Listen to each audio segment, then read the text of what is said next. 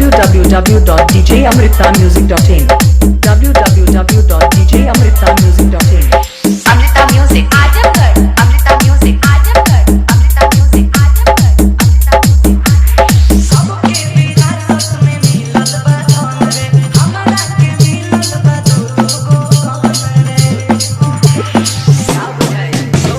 सबके विरासत में मिलल बा धन रे, हमरा के मिलल बा दो गो कौन रे। हम यार होई खाना वाला भारी के